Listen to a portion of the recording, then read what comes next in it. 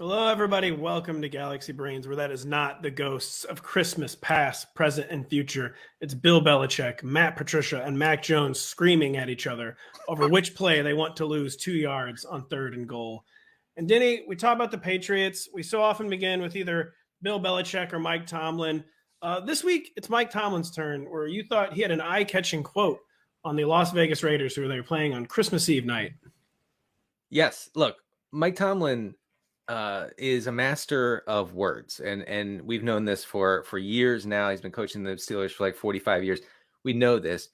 He used that mastery this week to toe the line and not give the Raiders bulletin board material for their Week 16 matchup with the Steelers, but also make a comment about the state of the Raiders when he said, quote, "The Raiders have all the components of a quality offense." Now, this is the most backhanded compliment an opposing coach can give to another team. He's saying, theoretically, in theory, the Las Vegas Raiders are a good team. Now, are they a good team? They're not. They're quite bad. But Mike Tomlin didn't say that. He didn't say it. He said, hey, they could be. You never know. And you have to respect that. That's a Galaxy brain right there. Yeah, it's basically like, well, they've got, all the components. They could make a computer they got a hard drive. They got, like some memory, some RAM. Right. They got a keyboard, they got a mouse. And if they put that all together, then maybe they have a machine that actually works. I mean, they probably won't, it's really hard to actually build a computer. So even when they have all the components, they probably won't be able to do it. This riff has gone on too long. Yeah, no, but that's what he's saying. He's saying, hey, they have Devontae Adams, one of the best players in the league. They have Derek Carr, a perfectly fine quarterback. You got a long snapper, a fullback. Then he starts crying and going on a 4-minute soliloquy about Mac Hollins, though. He's a player for all NFL. And he's like, and when we talk about the game's greatest, we talk about Mac Hollins and we talk about Jerry Rice. And, that's also a Galaxy brain. But anyway, you have to give full credit to Mike Tomlin for not quite going far enough to give the Raiders bulletin board material. He gets done, by the way, choking back his Mac Hollins tears because of how beautiful he finds Mac Hollins' game. Then someone reminds him that Hunter Renfrow is on the Raiders, and then he just truly breaks down. And because of how beautiful his game is to NFL coaches. They love their Hunter Renfrow. They love their Mac Hollins. Denny, we love our cryptic tweets as the Bucs continue to struggle and to score points, to provide meaning in Tom Brady's life, to play a watchable brand of football. TB12's longtime football soulmate, Rob Gronkowski, recently tweeted, "I'm bored," accompanied by what is known by Apple as a neutral face emoji. Denny, fans will think this means Gronk is considering a comeback, but you suspect it's something much more mundane. That's right. When I first saw this, the Bucs offense is struggling. They really don't have a tight end that replaced him. They have Kate Otten and Cameron Brate sort of rotating roles. So does this mean that Gronk's ready to come back now that he can just come back for maybe 3 or 4 games, whatever? And then I thought, wait, this is Rob Gronkowski. What is he selling, and how Galaxy brain is he going to get to sell it? And so we have a choice here. He's not coming back. Is he selling an investment opportunity, or is he selling NFTs? These are the two choices. Actually, you may have a third one, but obviously it's not coming back. I mean, probably an energy drink, if we're being real. I mean, it could be isotoner gloves, though. It could be probably. Let's just be real. It's NFTs, but it's kind of like what NFTs? Maybe it's like Hawaiian shirt NFTs, like Catch a Gronk, and this one has some lava on it too. Like this is a really, really rare Hawaiian shirt NFT. Most Hawaiian shirts do not have lava. It could be also the 69th different flavor of Mountain Dew, chili dog Chivas, Denny. So really good flavor of Mountain Dew. I'm actually part of the test market. I would drink it. Dog Chivas. Gronk, if you're listening, I would drink it. I'm just saying. We could also possibly get Gronk coin, the new cryptocurrency. I think we could also get that because he's bored. He's going to introduce a new currency that people can glom onto. So we have to look forward to what Galaxy Brain option he has in store. Of course, I was thinking of Gronk Social, where you could re-Gronk things. But Denny, I hear next that you have the heartwarming story of a Chiefs super fan. Yeah, Chiefs super fan Xavier Michael Bubadar, he's better known as Chiefsaholic on Twitter and in real life. He dresses as a wolf.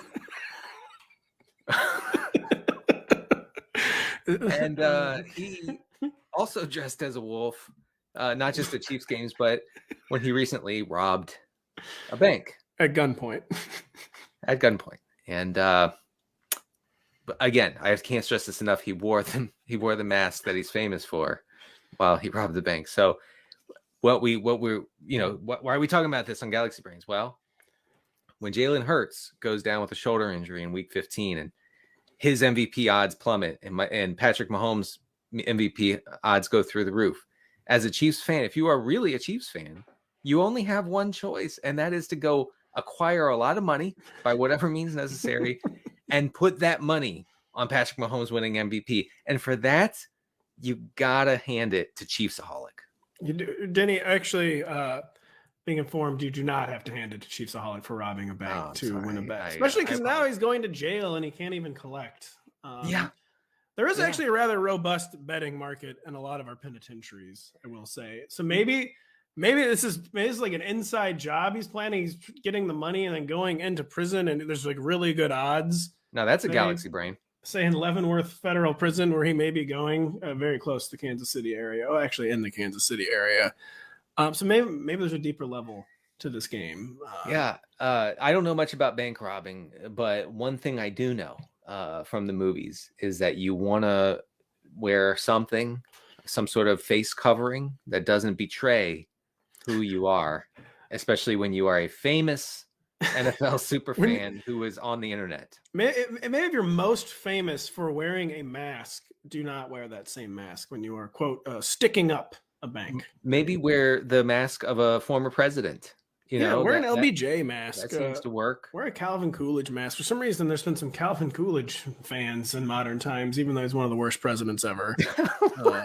Maybe wear his mask when you rob the bank. Yeah, that would work. Can you think of any better way, by the way? What would be a better way to get money? Like selling your kids baseball cards or something? Is that still a thing that exists? Selling your kids Gronk Hawaiian shirt NFTs, maybe? I was gonna say yes. You acquire as much energy drink from Gronk as you can, and then you sell them on the as a side hustle. Yeah, you've got a whole pallet of chili dog Chivas that just needs to be moved immediately.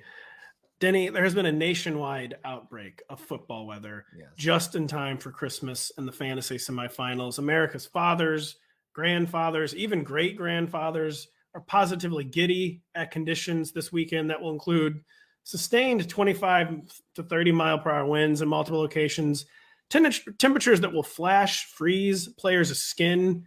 They love this because they think it's a throwback to an earlier time. But I will ask, do you agree? I'm sure you agree. You love football weather, right? Oh, yeah, I certainly agree. Except for I am morally opposed to playing football in these conditions. Folks, the best football is played in warm weather.